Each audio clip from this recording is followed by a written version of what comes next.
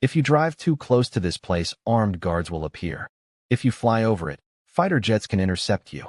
For 60 years, the U.S. government said it didn't exist. But satellites saw it. Pilots reported it. Workers secretly flew there every week. So what is inside Area 51? And why did they lie about it for decades? Deep in the Nevada desert, about 130 kilometers from Las Vegas, is a dry lake bed called Groom Lake. That's where Area 51 sits. No road signs. No public access. Warning signs that say, use of deadly force authorized. For decades, if journalists asked about it, officials simply said, there is no such place. But that wasn't true. In 2013, the CIA finally declassified documents. And they admitted, Area 51 was real. But why deny it? Because during the Cold War, this base was testing something revolutionary. Planes that could fly higher than any aircraft in history. In the 1950s and 60s, the U.S. was building aircraft the world had never seen. One of them was the U-2 spy plane. It flew so high that commercial pilots thought they were seeing glowing objects in the sky. Later came the state Route 71 Blackbird. Black, sleek, unreal. When civilians saw these shapes at night, they reported UFOs. And the government stayed silent. Because admitting the truth meant revealing military secrets to enemy countries. Secrecy created confusion. Confusion created rumors. And rumors created legends.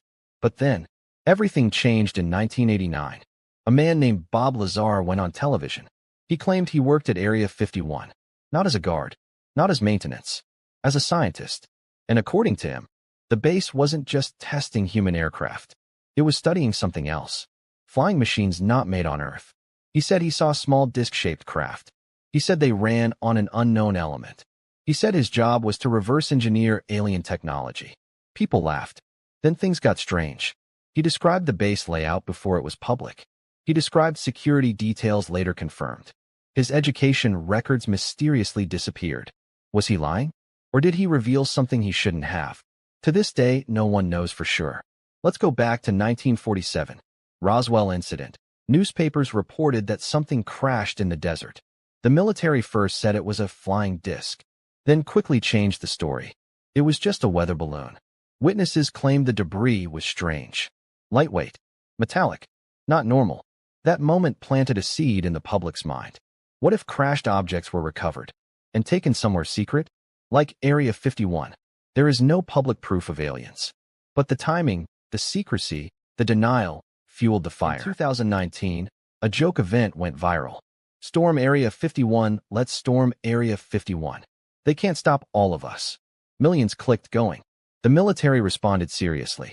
Warnings were issued. Extra security was deployed. In the end, only a small crowd showed up. But something important happened. Area 51 became more than a base. It became a symbol of hidden knowledge, of secrets, of the idea that maybe we're not being told everything. Here's what we know. Area 51 is real. It was used to test classified aircraft. It was hidden to protect military technology. There is no verified evidence of aliens inside. But extreme secrecy always creates imagination. And when governments lie for decades, trust disappears. Maybe Area 51 is just engineers building advanced aircraft. Or maybe some secrets are too big to admit. Because the real mystery isn't, are there aliens inside Area 51? The real mystery is, if one base was hidden for 60 years, what else is hidden right now? And if we ever discovered the truth, would they even tell us?